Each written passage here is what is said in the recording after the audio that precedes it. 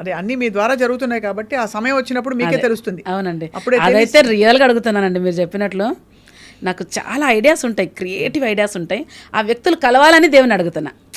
అంటే ఒక్కరితో కాదు ఇది, అవును, వ్యక్తులు కలవాలి. అందుకే నాకు పరిచయం అవ్వడానికి ఇట్లాంటి వ్యక్తులు నాకు పరిచయం కావాలి. ఈ ఈ పనిలో మీకు తోడయ్యేవారు కావాలని అడుగుతున్నా, సహకరించేవారు ఎగ్జాక్ట్లీ అడుగుతున్నా. కావాలని అడుగుతున్నారు. అది కానీ మీరు చాలా టాలెంటెడ్ కదా, అంటే మీరు మీ పాటలన్నీ వైరల్ అయ్యాయి. ఎప్పుడైనా మీమ్స్ చూసి బాధపడ్డారా? లేదండి. ఎందుకు? ఎలాగా? ఎందుకు అని అడగకూడదు.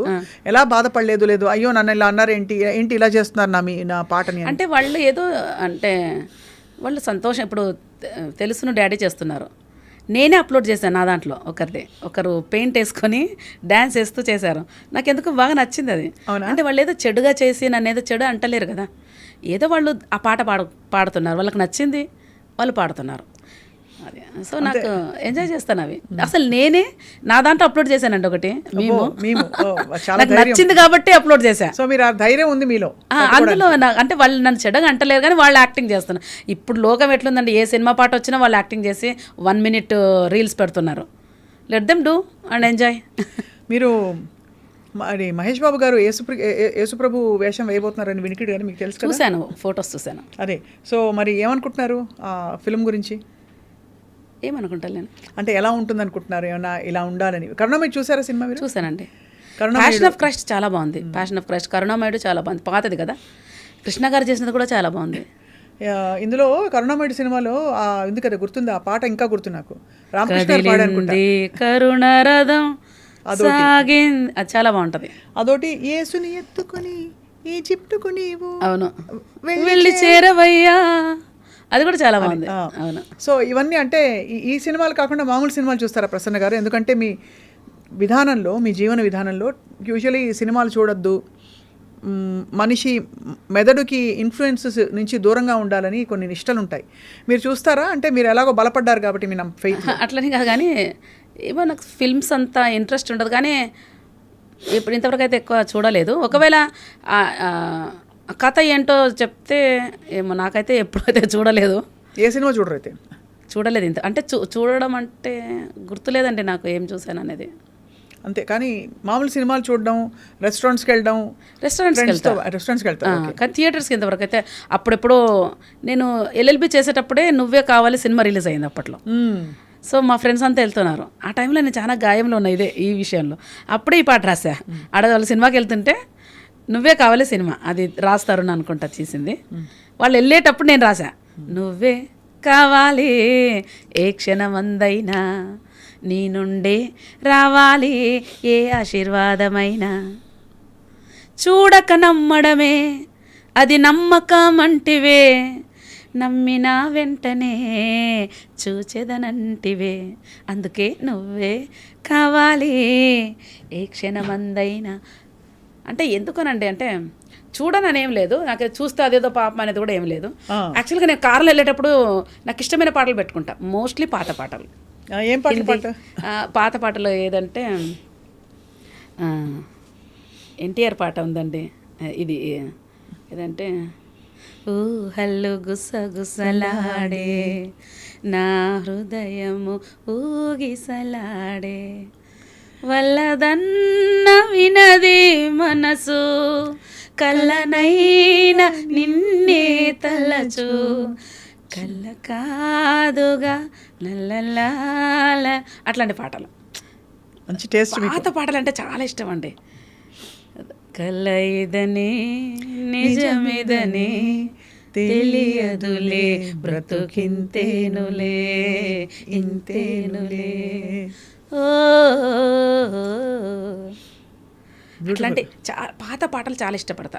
డుబుడు అనే నాకు ఇష్టం ఉండదు అసలు. ఒకసారి అంటే ఇంకోసారి గుర్తుండదు, నాకు డిస్టర్బెన్స్ అనిపిస్తుంది అవన్నీ. పాత పాటలు చాలా బాగుంటాయండి, ఈవెన్ హిందీలో కూడా పాత సాంగ్స్ వింటా.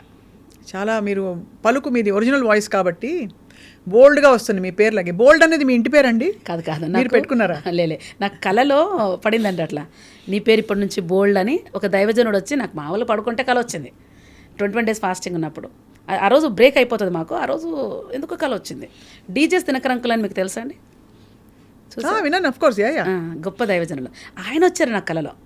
వచ్చి God send me to change your name అని చెప్పారు.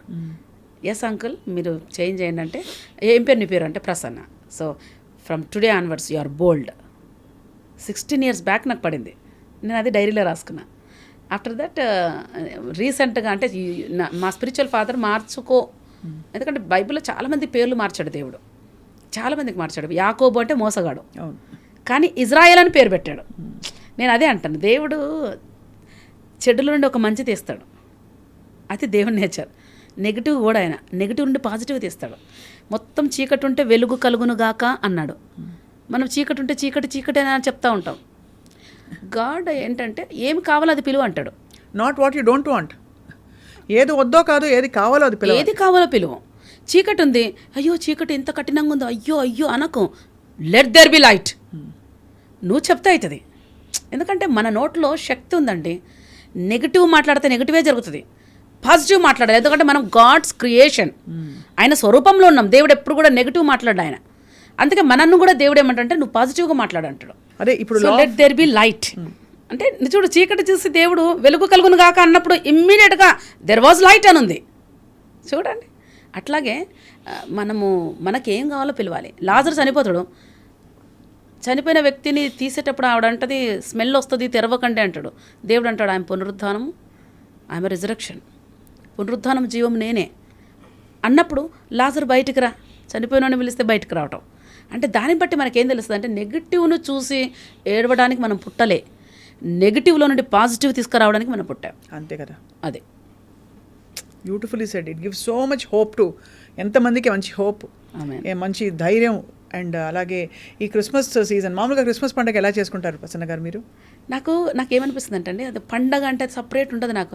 ఎవ్రీడే ఆయన నా కొరకు పుట్టాడు కదా అనేది బియాండ్ మెజర్ ఆనందపడతాను నేను. నాకు ఒక డేటు దానికి లిమిట్గా ఉండదు నాకు. ఈవెన్ క్రిస్మస్ ఉంది కదా, నేను కనీసం షాపింగ్ కూడా చేయలేదు. నాకు ఇంట్రెస్ట్ కూడా ఉండదు. ఏదో ఉన్నది కట్టేస్తాను. నాకున్నవి ఏవైతే ఉన్నాయో ఇతరులకు ఇవ్వడానికి ఇష్టపడతా. నాకు ఇచ్చేది గిఫ్ట్లు వస్తూనే ఉంటాయి. సో నేను అంతా ఏదో ఒక రోజుకి లిమిట్ కాదు, లేదంటే ఒక టైంకి లిమిట్ కాదు. ఇది టైమ్లెస్ అండి నాది. యు ఆర్ ఆఫ్ కోర్స్ డెఫినెట్గా అది నేను బియాండ్ ఉన్నా. అసలు అంత ఆనందం ఉంటుంది నా లోపల ఎప్పుడు. కాబట్టి పండగలకి ప్రత్యేకంగా ఏమి ఉండదు, కానీ వంటలు బాగా చేస్తారని విన్నాను. చాలా బాగా చేస్తా, రెండొకసారి తప్పకుండా. దమ్ బిర్యానీ చాలా బాగా చేస్తా. తప్పకుండా నేను మీ ఇంటికి రావాలి, మీరు చేసిన వంట క్రిస్మస్ లోపే వస్తాం. దేవుడు ఖచ్చితంగా రావాలి స్వప్న గారు, తప్పకుండా. అండ్ అలాగే ఇవాళ సమాజంలో ఎన్నో సమస్యలు చూశారు, ఒక లాయర్గా కూడా మీరు ఇష్యూస్ చూస్తున్నారు. దేనికి మనం నిలబడాలని మీకు అనిపిస్తుంది తక్షణం, అంటే వెంటనే పోరాడాల్సిన విషయాలు ఏంటంటారు? నేనేమంటానంటే ఏదైనా ఒక రాంగ్ మన జీవితంలో జరిగినప్పుడు మళ్ళీ రాంగ్ రూట్ని సెలెక్ట్ చేసుకోకండి. సింగిల్ పేరెంట్ ఒక భర్త వదిలేసిన వ్యక్తి ఉంటుంది, ఎట్లా బ్రతకాలన్నప్పుడు వెంటనే రాంగ్ రూట్ సెలెక్ట్ చేసుకుంటుంది. ఇంకో భర్త కోసమా? అంటే చాలామంది వేశ్యావృత్తిలోకి వెళ్ళిపోతారు. అయ్యో, అది ఎంత ఘోరం అండి. అంటే అది బీద వాళ్ళ నుండి పెద్ద ధనవంతుల వరకు కూడా ఈ వృత్తి ఉంది. అవునా? మనం చూడలేదా? అంటే చూస్తున్నాం. ఎంతమంది అంటే నేనేమంటాను అంటే బయటికి పడకపోవచ్చు, దేవుడిది ఎప్పుడు బయట పడితేనే కాదు, లోపడతాయి రహస్యంగా ఎంతమంది ఎన్ని ఇల్లీగల్ కనెక్షన్స్లో ఉన్నారు.